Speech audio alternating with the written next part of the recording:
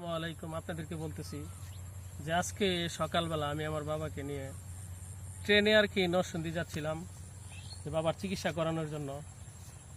তো আজকে যাওয়ার উদ্দেশ্য হচ্ছে ট্রেনে, আমরা তো সিনজিতেও যাইতে পারি কারণ আমাদের যাতায়াত অনেক ভালো, কিন্তু ভাবলাম যে নরসিংদী কমিউটার ট্রেন নাকি এই ঈদ উপলক্ষে নতুন ছাড়লো, এই জন্য নরসিংদী কমিউটার ট্রেনে আর কি যাওয়ার ইচ্ছা ছিল, তাই আজকে গেলাম।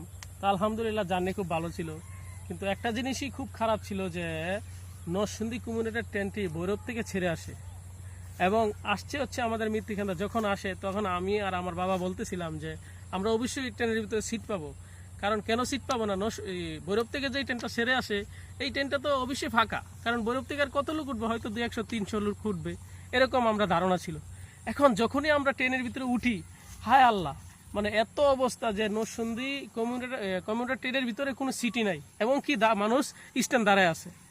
এখন আমরা অবাক হয়ে গেলাম, আরে ভৈরব থেকে এত লোক আসে।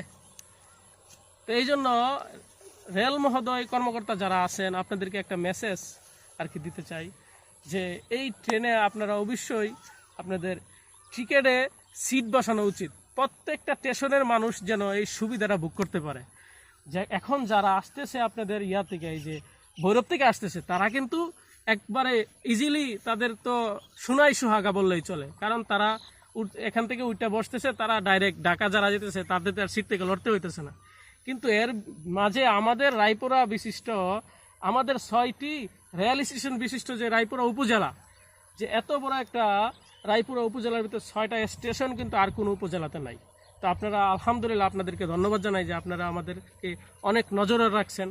তো এই জন্য বলতেছি যে আপনারা এখন যদি এই সিটের যে একটা ব্যবস্থা, এটা যদি আপনারা প্রত্যেকটা স্টেশনে যদি আপনারা না করেন, তাহলে আমরা তো যুবক, টাকরা যুবক, আমরা ইনশাল্লাহ ঢাকা ভৈরব থেকে উঠলে আমরা ঢাকা পর্যন্ত দাঁড়ায় যাইতে পারি।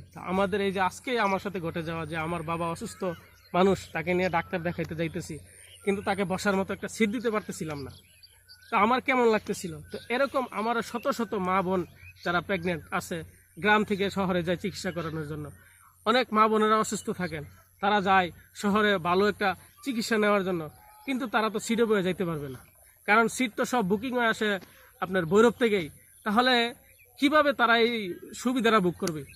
তো এই জন্য রেল কর্মকর্তা মহোদয়, আপনারা যারা আছেন, ঊর্ধ্ব কর্মকর্তারা, আপনাদের কাছে এটাই আমার অনুরোধ যে আপনারা অবশ্যই প্রত্যেকটা স্টেশনে এক একটা সিটের উপরে অবশ্যই, যেরকম তিতাস অন্য যে ট্রেনগুলা যেভাবে চলতেছে ওই রকম সিস্টেমে যদি নিয়ে আসেন, তাহলে প্রত্যেকটা স্টেশনের মানুষ সুবিধা ভোগ করতে পারবে।